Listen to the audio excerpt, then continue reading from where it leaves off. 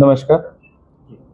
આપણા જિલ્લામાં માનનીય મુખ્યમંત્રી સાહેબની સૂચના મુજબ સ્વાગતમાં જેટલા પણ જિલ્લા સ્વાગત, તાલુકા સ્વાગતમાં જે પણ અરજદારો આવતા હોય આ અરજદારોની તકલીફને, પ્રોબ્લેમ્સને સમયસર સાંભળીને સમયસર નિકાલ કરવાનું સરકારની ખૂબ જ મહત્વપૂર્ણ જવાબદારીમાં આવે છે.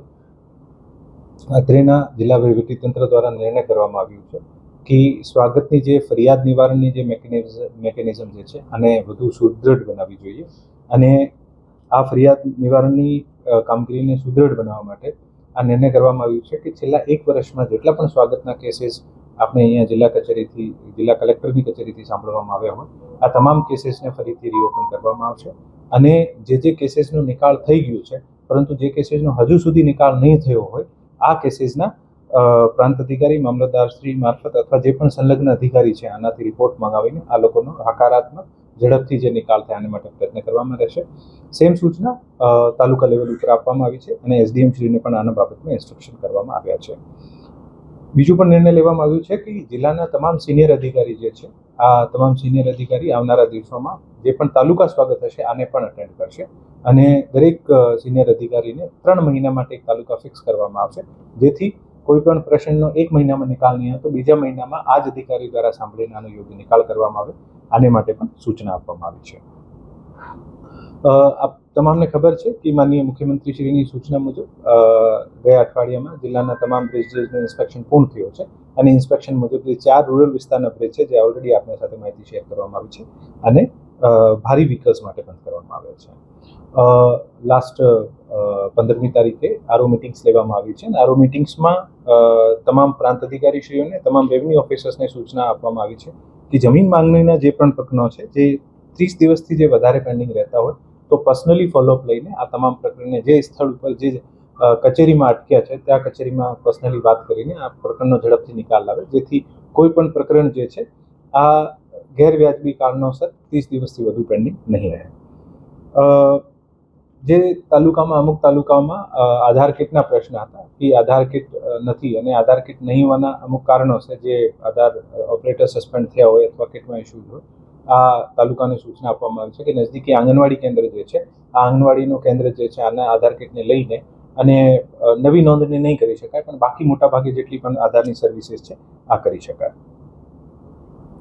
તંત્રને અરજદારો માટે વધુ સંવેદનશીલ બનાવવા માટે તમામ પ્રાંત અધિકારીશ્રીઓને, તમામ મામલતદારશ્રીઓને, તમામ રેવન્યુ ઓફિસર્સને સૂચના આપવામાં આવી છે કે જે પણ અરજદાર હતો અને સાથે ખૂબ સારી રીતે આનું માર્ગદર્શન કરવું જોઈએ અને અરજદારની જે સમસ્યા છે આનો આપણે સંવેદનશીલ રીતે અને લોકાભિમુખ વહીવટીતંત્ર રીતે આપણે આનો નિકાલ કરવો જોઈએ. છેલ્લા 2 અઠવાડિયામાં આરઆરટી કેસીસમાં 120 કેસીસને સાંભળવામાં આવ્યા છે અને 37 કેસીસને ઠરાવ ઉપર લેવામાં આવ્યા છે. આજે પણ લગભગ 40 જેવા કેસીસ જે છે આ સાંભળવાના છે. એવી જ રીતે પુરવઠાના ટોટલ 25 જેવા કેસો જે છે આને સાંભળવામાં આવે છે અને 19 જેવા કેસોને ઠરાવ ઉપર લેવામાં આવે છે.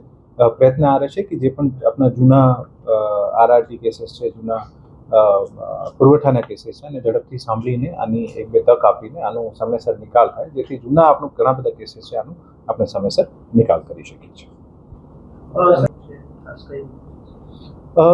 આને માટે પ્લાનિંગ ઘણા બધા અમે સજેશન્સ મેળવીએ છીએ અને ચાલુ છે. આમાં ઘણી બધી એક્ટિવિટીઝ છે.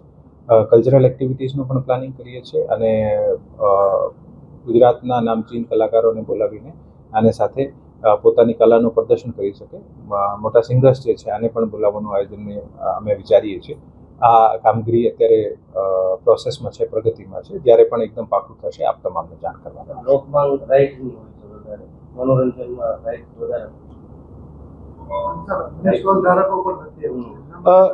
એક વખત જે પ્લાન બી જે છે આ જાહેર કરવામાં આવશે પછી મને ખૂબ અપેક્ષા છે કે તમામ જેટલા પણ સ્ટોલ ધારકો છે આ પૂરતી સંખ્યામાં ફોર્મ પણ લઈ જશે અને હરાજીમાં પણ ખૂબ સારી રીતે ભાગ લેશે. સમય ઓછો છે પણ અમે એવી રીતે પ્લાન કરીએ છીએ કે છેલ્લા 10 દિવસમાં પણ અમે બધી આ કામગીરી પૂરી કરીને મેળાનું આયોજન કરી શકીશું. ટેન્ડરની પ્રક્રિયાઓ તમામ ઓલરેડી ચાલુ છે. જે પણ ઓનલી એકમાત્ર એક્ટિવિટી જે હરાજી કરવાની હોય અને ફોર્મ લઈ જવાનું હોય આ જ એક્ટિવિટી બાકી છે. બાકી તમામ જે કામગીરી જે છે પ્લાનિંગને લઈને, ટેન્ડરને લઈને ત્યાં બધું સ્ટોલ વગેરે ગોઠવવાના આ સમયસર ચાલી રહી છે. નાની છોકરી માટે મુદત આપવાના હતા ફોર્મ ભરવા માટે, એમાં કંઈ નાની ચકરડી માટે જે છે આ મુદત ઓલરેડી ચાલુ છે. મોટાભાગે ફોર્મ જે અમને જાણવા મળ્યું છે ઘણા બધા લઈ ગયા છે, ફોર્મ જમા નથી કરાવ્યા.